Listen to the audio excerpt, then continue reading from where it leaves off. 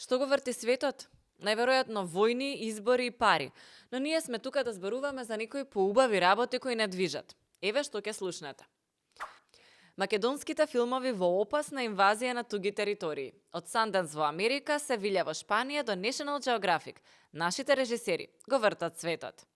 Дали програмерите се новите фудбалери? И до стотици милиони вредат трансферите на експертите за вештачка интелигенција. Нашиот најдобар атлетичар Дарио Ивановски победи на овогодинашниот скопски маратон. Ова е мојот вештачки ко-водител Роби Радарот или накратко Робира. Може сега јас да кажам нешто? Само секундара, сакам да споделам дека кон крајот ќе слушаме и многу реална музика од Дина Јашари и нејзините другари. Роби, повели, твој е светот. Да видиме што уловил Радарот. Финска. На луѓето, за разлика од немроботите, многу им значи да бидат среќни. Одбрав да споделам податоци за индексот на среќа за 2025 година. Имено, најсреќна држава годинава е Финска, зад која следат Данска и Исланд. Очигледно сончевите денови не им значат многу на луѓето. Сепак има нешто во високите примања, детската заштита и чистиот воздух, како и многу други убави работи кои ги има во овие држави. Но и покрај целата оваа среќа, никако да направат квалитетен домат, кој за македонските граѓани е исклучително важен. Марс. Нови докази дека можеби сепак некогаш имало живот на Марс. Неодамна објави НАСА. Пронајдени се карпи во кои минералните структури и органски соединенија наликуваат на образци кои би можеле да бидат најјасните знаци на живот досега. Личат како да гледате остаток од фосил. Можеби тоа било остаток од оброк. Можеби тој оброк е исфрлен и тоа е она што го гледаме. Сепак, за целосна потврда, јасно е дека ќе треба НАСА да испрати нова екипа со повратен билет до Марс. Како што ние испративме нашата гледачка Фросина во Амстердам, каде со сигурност има живот. Атлантски океан. Ајкула која годинава полни околу 400 години е веројатно најстарото рбетно животно. Плива околу Гренланд и според мене ова суштество покажува како се живее. Пливање, морска храна и минимум стрес. А според научниците, тајната на долгиот живот е бавниот раст и доцната зрелост. Сепак, мислам дека ајкулата конечно има конкуренција. Ние роботите планираме да ги надживееме. И нив, а и вас луѓето, Јована. Барем до следниот модел што излегува за 2 години. Молам? Молам? И додека Супермен ги освојува киносалите, суперинтелигенцијата ги освои представниците на Силиконската долина. А доказ за тоа е неверојатниот трансфер во АИ индустријата. Откако 24-годишниот Мет Дајки ја одби првичната понуда на Мета во износ од $125 милиони, лично Марк Цукерберг го повика на средба и со непристоен предлог од $250 милиони, конечно го убеди да биде дел од Мета. По се изгледа истражувачите на вештачка интелигенција се новите фудбалери кога се милионските трансфери во прашање. Само полето во кое што играат не е посадено со природна трева. Имено, научниците веќе предупредуваат дека суперинтелигенцијата, следната форма на вештачката интелигенција, има опасност да излезе од контрола, опасност од користење при наоружување и војни и потенцијално влијание врз економијата. Точно, во медицината веќе се користи за рана детекција на болести, но предупредување. Преголемата зависност од вештачка интелигенција може да доведе до недоволно развивање на клиничките вештини кај лекарите. Наместо активно да диагностицираат, постои ризик тие премногу да се потпираат на алгоритмот и да ја намалат критичната проценка. Затоа, потребен е внимателен баланс. Технологијата треба да ги надополнува, а не да ги замени лекарите. Добрата страна е дека тоа што суперинтелигенцијата ќе ја надмине човечката и ќе има неограничена меморија, брзина, способност за учење, расудување и носење заклучоци. А и нема да спие минимум 6 часа во денот, да оди на одмор или да спојува празници. Додека ние постојано се прашуваме што го врти светот, што го врти светот. Македонските филмови веќе на големо вртат низ светот. Филмот Приказната за Силјан на Тамара Котевска го откупи светски познатата ТВ мрежа National Geographic, што значи дека ќе стигне до публика од над 170 земји. Во меѓувреме, заедно со режисерката Тамара и екипата, ќе се надеваме на уште една, после медена земја, оскаровска номинација. Сестрите Лабина, Теона и братот Вук Митевски со филмот Мајка, посветен на животот на нашата мајка Тереза, ја отвори селекцијата Хоризонти на големиот венецијански филмски фестивал. Истовремено, на репертоарите на светските киносали редовно се врти и филмот на Ѓорги Унковски, Диџеј Ахмет, кој собра цела полица награди од целиот свет. А сега веќе може да го гледате и низ кината во Македонија. Во очекување сме на новите долгометражни филмови на Дина Дума, Марко Ѓоковиќ, Андреј Волкашин, Ѓорче Ставревски и Милчо Манчевски. Подсетуваме дека најголем дел од филмовите се финансирани од нашите даноци кои секојдневно ги плаќаме. Дали тоа значи дека нивниот успех е заеднички? Може би. Конечно. Тежок е патот на еден филм. Се подготвува со години. Потрагата по повеќе пари е долга и исцрпувачка. Се снима и монтира неколку месеци и на крајот завршува во некоја киносала, на телевизија или фестивал, каде што некој уморен од работа едноставно ќе го преспие пола филм. Затоа, за спанковците, ставете ги чепкалките на очи и не ги преспивајте успесите на новите македонски филмови. Нашиот најдобар атлетичар Дарио Ивановски победи на овогодинашниот Скопски маратон. Голем успех, со оглед на тоа дека имаше пријавено над 14.000 тркачи од 58 земји низ светот. За оние кои не знаат, Дарио е првиот атлетичар од Македонија кој остварил норма за Олимписките игри и лани се надпреваруваше на Олимпијадата во Париз. Браво, Дарио! А во Македонија се грижиме за тоа дали ќе има кој да ни произведе храна во следните 10 години. Зборуваме за едно поинакво, модерно земјоделство, онакво какво што ќе може да привлече млади луѓе во земјава да го работат. Гледајте дел од разговорот.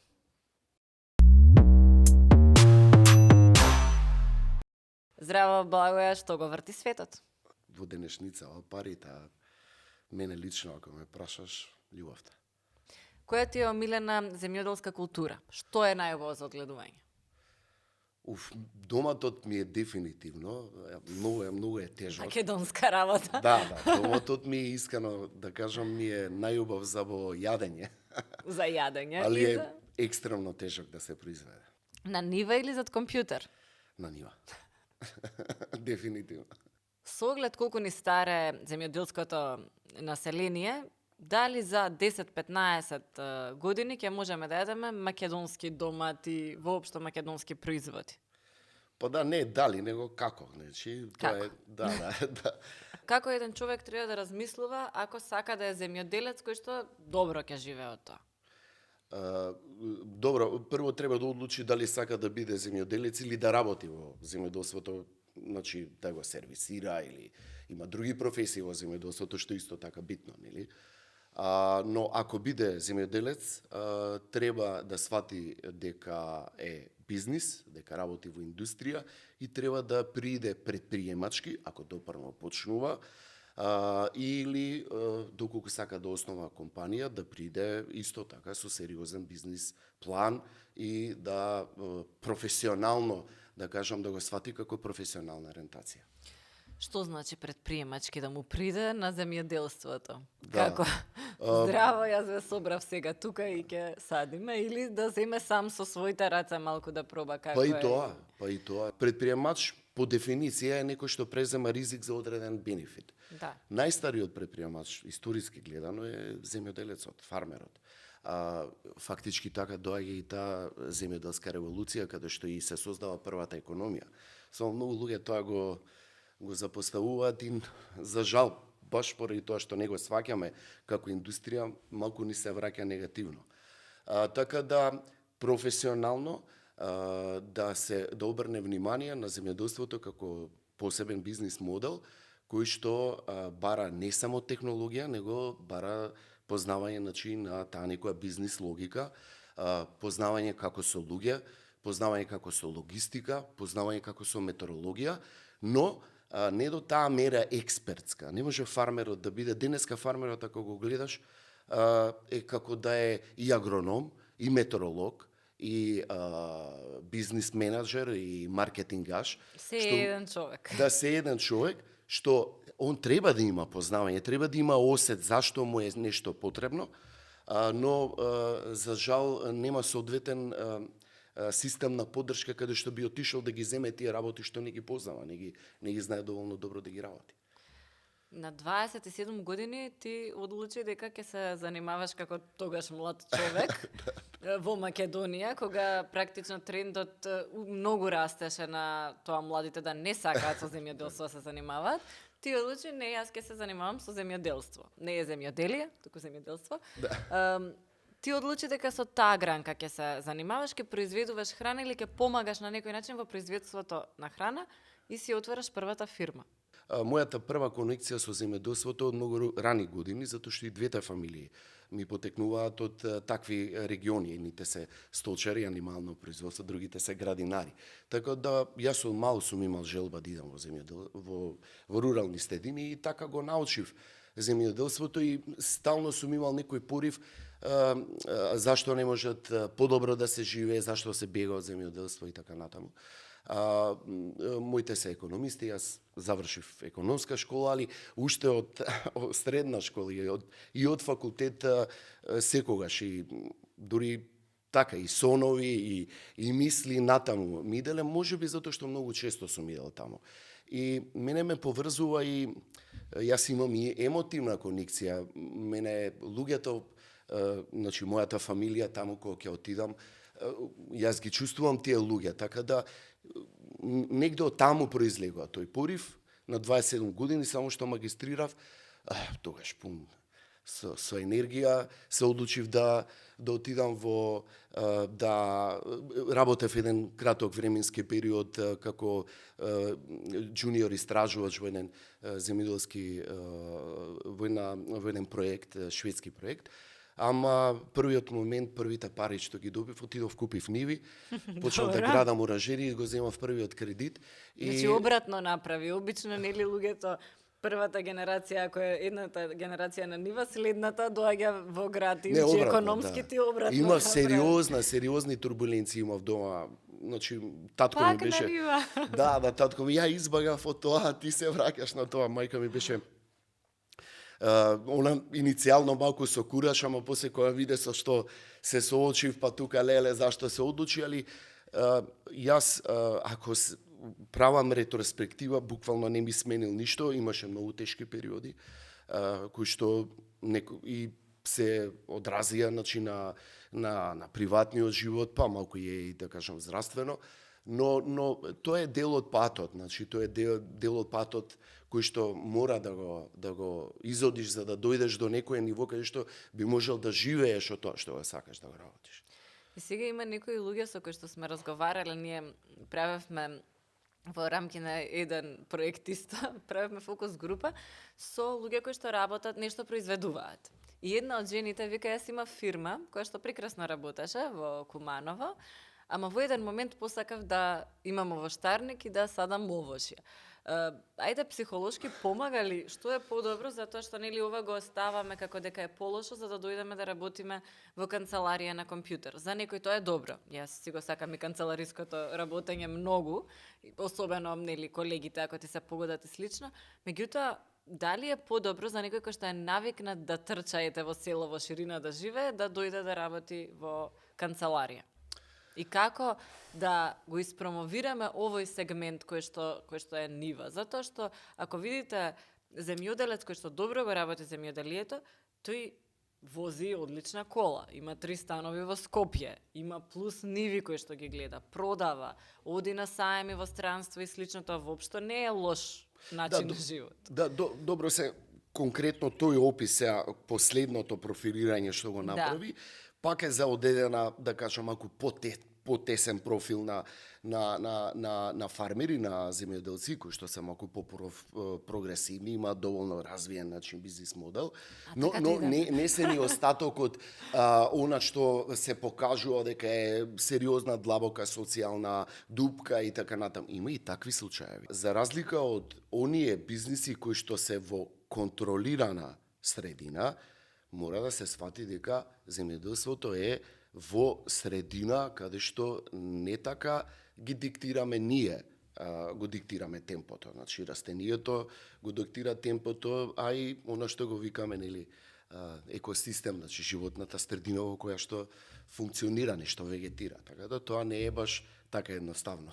Така е, уште од почетокот на човечкиот род се молеле луѓето да им се погоди времето, инаку нема да јадат. Сега малку за среќа, предпоставувам, ние ги менуваме и овие текови, односно постои контролиран начин на производство.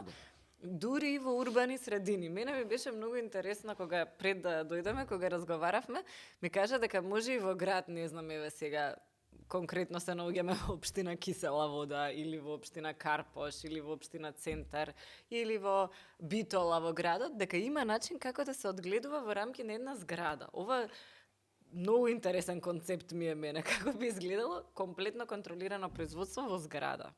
Да, при тоа, да не ме сватиш погрешно, тоа се уште, ајде да кажам, некој си се уште на ниво на иницијатива и не можеме да збориме за квантуми. Не можеме да збориме за радикално менување кога се збори да обезбедиме безбедност на храна, значи food security за државата. Да. Така да ние, мислам, ја како познавач, значи во областа, еве популарно кажано експерт сега, и тимот наш, ние работиме на нешто што е малку по-комплексно и пообемно. Урбаниот фарминг, оно што ти го спомна, е многу интересен тренд. Не е за подценување, дефинитивно не е за подценување, затоа што тоа има повеќе форми. Тоа може биде во vertical farming, целата поента да се искористи одреден простор. Значи, кој што со денешна современа технологија може да сетира одредено земјоделско производство, кој што може да постигне одреден обем, да може да го храни, да го одржува, но не можеме да размислуваме за некој корпоративен пристап во моментов, затоа што има уште предизвици во оптимизација. Сигурно, да. И така натаму. Но што овозможуваат вакви алтернативни модели на да кажеме на производство, овозможува блиско да се дојде поблиску до пазарот. Например, ако се направи вертикално производство на една поголема зграда, мислам дека може да таа зграда, ако има например 40 или има згради по 200 станови, тоа е сериозен пазар каде што има сопствено производство. Одам на кров, си земам патлиџан, домат, пиперка, било што. Има многу креативни моменти сега како да го изведеш тој момент, но сакам да кажам дека ни одблиску не можеме да го размислуваме како национален некој модел сега до ова. Така да... Ке те прекинам во делот на национален модел, затоа што многу ми е интересен тој момент. Безбедност на држава зависи во голем дел од храна, ние тоа воопшто не го гледаме.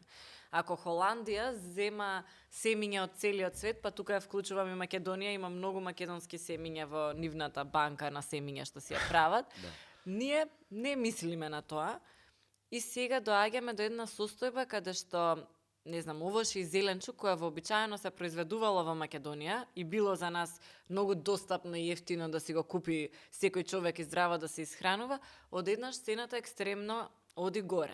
Во голем дел почнуваме да зависиме од тоа дали некој доволно ќе произведе за нас да ни извезе и ние да јадеме. Како треба да се гледа на храната во однос на тоа да бидеме безбедни како држава, ако не гледаме на тоа да имаме доволно храна барем за 1.800.000 луѓе, па и не сме премногу за жал. Види, Јована, ние сме, ја тоа викам, Македонија, незината големина, па и од одредена и сиромаштијата, до одредена мера ни се и дефенс, одбранбен систем. Ние сме толку мала популација да можеме брзо да се поставиме во одредена ситуација, колку го тоа да звучи, да кажам, преоптимистички. Не сме доведени во таа ситуација. Има доволно достапност и мислам дека во тој дел не сме загрозени. Повеќе сме во загрозени од ценовен аспект, од социјален аспект. За тоа и прашувам. Ако сами не си произведуваме, ќе треба туѓото да го платиме поскапо, само транспортот да го пресметаме, па веднаш е поскапо. Знаеш што е проблемот? Знаеш што се е проблемот? Не се гледа генезата на проблемот. Ово што нас ни се случува не е поради некоја одлука во одреден моментум, него ова што нас ни се случува е долгогодишни, значи несоодветни потези за да дојде во оваа ситуација. Ни се врати сериозно ни се врати. Еве, го спомнавме доматот преска. Доматот е еден продукт кој што во класификацијата на продукти по економска вредност има поголема додадена вредност, например во однос на другите, например во однос на зелката, ако гледаме за граинарство, што значи дека по тон вредноста и оно што го креираме како додадена вредност, значи agricultural GDP, вредноста како расте, преку доматот, ако произведуваме повеќе домат, повеќе ќе ни се врати финансиски. Доматот, за жал, поради сериозните високи трошоци, несоодветна технологија, несоодветна адаптирана поддршка, многу луѓе избегаа од доматот. Да. Доматот, како бизнис моделот на доматот, значи секоја култура си има свој бизнис модел. Добро. Бизнис моделот на доматот бара иницијално, да го старташ процесот, иницијално бара многу пари. Значи, За почеток. Да, например, на 1 хектар по класична оранжерија, пластеник, 1 хектар за да старта, се секам ја која се занимава, беше негде околу, ја имав околу 8.000 квадрати, негде само за да го стартам производството, околу 15.000 евра тогашни, сега препоставувам дека е намалку 20, да. и плюс, значи, оние вариабилни трошоци кои што произлегуваат во текот на сезоната, за да дојдам до моментот да ја направам првата продажба. И така веќе се адаптира системот. Земјоделците повторно покажуваат голема мудрост во однос на тоа како се адаптираат на пазарот. Конкретно за доматот, можам да кажам дека количествата на домат, понашто последно вака и визуелно сум го видел на терен, па можеби е намалено за добри 80%. Само еден пример, село Куклиш, кој што е најголемото граинарско село во Македонија, значи, скоро, да кажам, 80% од земјоделците веќе не произведуваат или раноградинарски, значи пролетен ран домат, или есенски комплетно го тргнаа затоа што подлежи на сериозни болести во есенскиот период, поради тоа што е потопла температурата и понестабилна и климата, се соочуваат. Ама тоа есенскиот е вкусниот, така? Највкусен е сезонскиот, што е изложен повеќе на сончеви здраци и поприродно е. Јас сум малку контра тие вансезонски, али го гледам од бизнис аспект, нормално, затоа што треба да обстане фармата. Така да имаме сериозен, драстично ни се намалија оние култури кои што ни носеа сериозна додадена вредност и носеа некоја држливост на фамилиите. Сега, за жал, гледам се повеќе се иде на зелка, на зелена пиперка, доста е застапена куртовската капија, ајварката позната. Тоа ми е многу драго и Ама цената никако да падне. Не, и држи цена, што е искрено тука. Не знам, повеќе сум на страната на земјоделците во однос на цената на куртовската капија, мислам дека има преголема реакција и малку треба да сватат луѓето од урбаните средини дека им се враќа тоа што долго време ги запоставуваме. И нормално, земјоделците како? Ние велиме дека треба да бидат бизнисмени и да не кукаат. Епа настануваат и такви моменти на пазарот каде што и ајварката и црешата оваа година ќе бидат и по 500 денари. Добро, ова звучи При страшно, тоа, ама затоа што многу луѓе се одселуваат и не се воведуваат нови технологии кои што ќе ни обезбедат повеќе да произведуваме, па цената соодветно и да си падне. Ни се случува тоа што ни се случува. Јас агрономите по ниво на важност во едно општество ги ставам на ранг на доктори. Да? И Министерство за Живи и земјоделие. здрави, храна Тачно. и доктори. И не само тоа. Медицината, за жал, на нас не ни е превентивна медицина. Не, за жал. А за да имаме превентивна медицина, треба да имаме добро земјоделство, да разбираме како прво храната се произведува. И многу луѓе И да тоа го јадеме потценуваат. здрава храна. И да јадеме здрава храна, така е. Се надевам дека после ова ќе почнеме различно да гледаме на тоа како изгледа човек што е земјоделец или што се бави со земјоделство. Фала што ни дојде. Благодарам ја на поканата. А целиот разговор, каде длабински навлегуваме на тоа како се одгледуваат зеленчуците, како треба да се одгледуваат зеленчуците, кои се оние кои што се најдобри во Македонија за јадење и што прави светот на оваа тема, може да го гледате на нашиот YouTube канал веќе во вторник. Ке слушаме и многу реална музика од Дина Јашари и нејзините другари.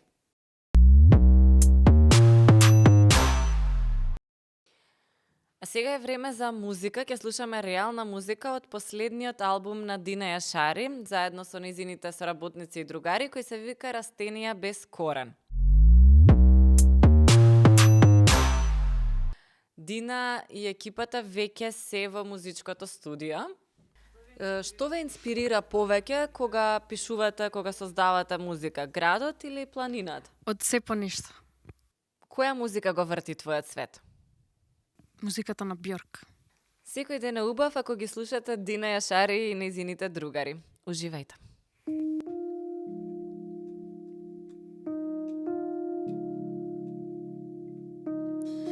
Побарав начин да те најдам, нема сила, нема ниту правда. Еднострано секогаш завршува со тага, безнадежно се враќам. Во почетокот кога беше зборот најде форма, се претвори во молба. Нико осветли патот на кај дома, не просветли.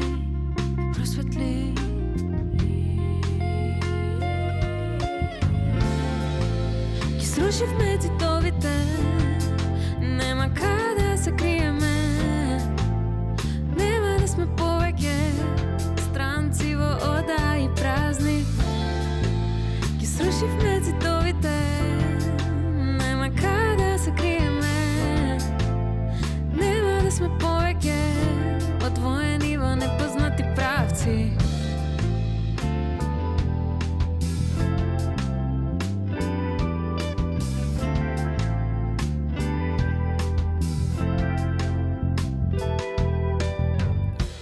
Кога темнината е осамена, разбуди се осветлија. Во моето ништо и празно и тивко, твојот бол отвори извор. Емпатија, патефја, истоко, местата што ги посетуваш. Моменти се вратија во меморијата што силно сакав да избришат. Нема да се избришат. Смисла зашто чувствувам. И срушивме цитовите, нема каде се криеме, нема да сме повеќе странци во ода и празни. Ги срушивме цитовите, нема каде се криеме, нема да сме повеќе одвоени во непознати правци.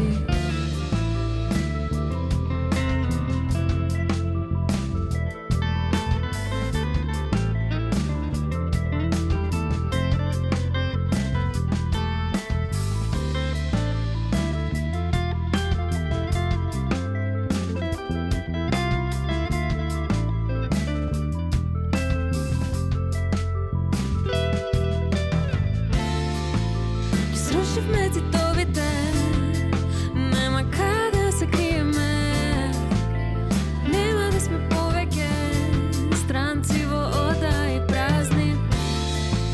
Ги срушивме цитовите, нема каде се криеме, нема да сме повеќе одвоени во непознати правци.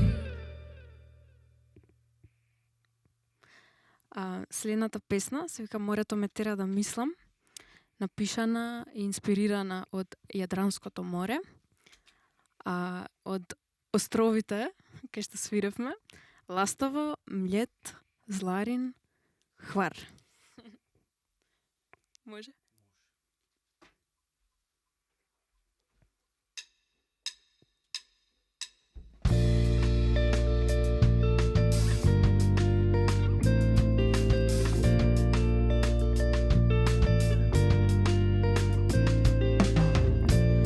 Сум само не сум тука, присутна и отсутна во исто време лутам. Животот што го нацртав, сега сакам да го избришам.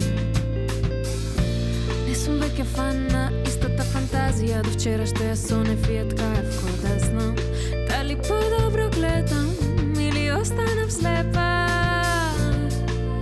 Трчав да стигнам таму кај што не ќе.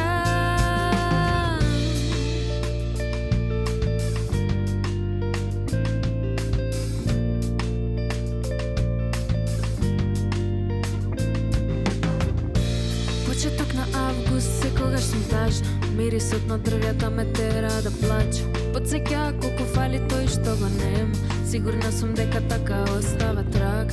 Дел од мене немам, грлото ме стек. Ума збунете, има осило што прета. Веќе не ми смета. Морето ме тера да мислам, работи што немаат смисла. Морето ме тера да пеам, дури кога мислам дека гласот ми го снема. Морето ме тера да мислам, работи што немаат смисла. Морето ме тера да пеам, дури кога мислам дека гласот ми го снема.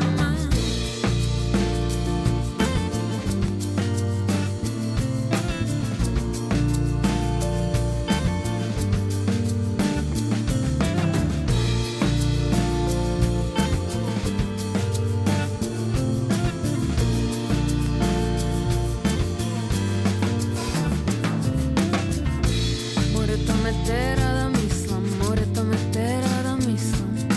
Морето ме тера да мислам, морето ме тера да мислам. Морето ме тера да мислам, работи што немаат смисла. Морето ме тера да мислам.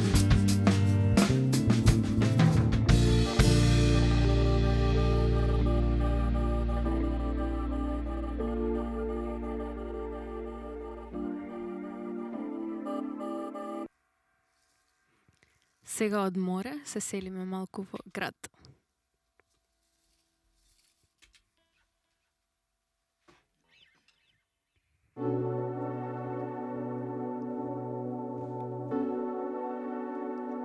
Јас сум тивка, не ти во градот.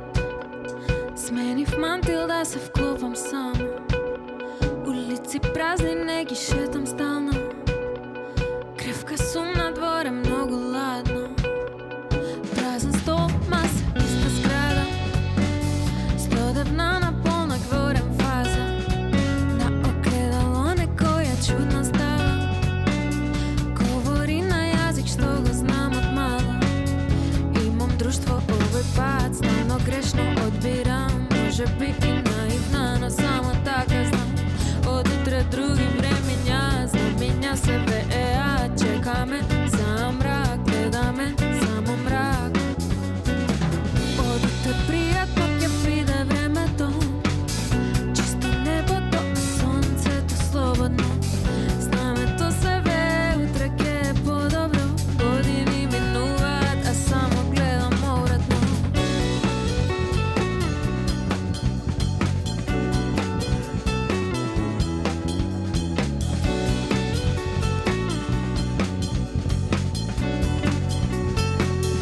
Јас сум тивка, не ти во градот.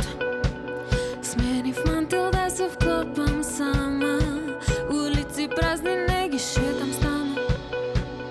Кривка сум на дворе, многу ладно. Јас знам суштината, но морници ме лазат. Домот свој го најдов, останав да толкам. Пак се изгубив, се стемнува рано. Сега тивки сме заедно со градот. Не им верувам на собствените сетила. Имам чувство дека мислите ме лажат. Играм против себе, не се верувам. Само душата наблюдува од надвор.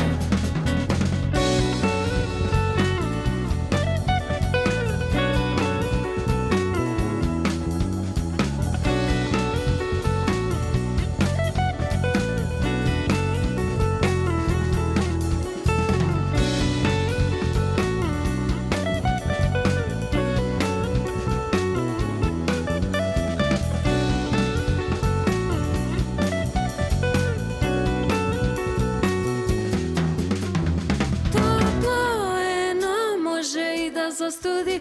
Поклоп имам заштита од снегови. Ке бидам сонце, некој да ме разбуди. Се додека никој не ме раздели. Топло е, но може и да застуди. Поклоп имам заштита од снегови. Ке бидам сонце, некој да ме разбуди. Се додека никој не раздели.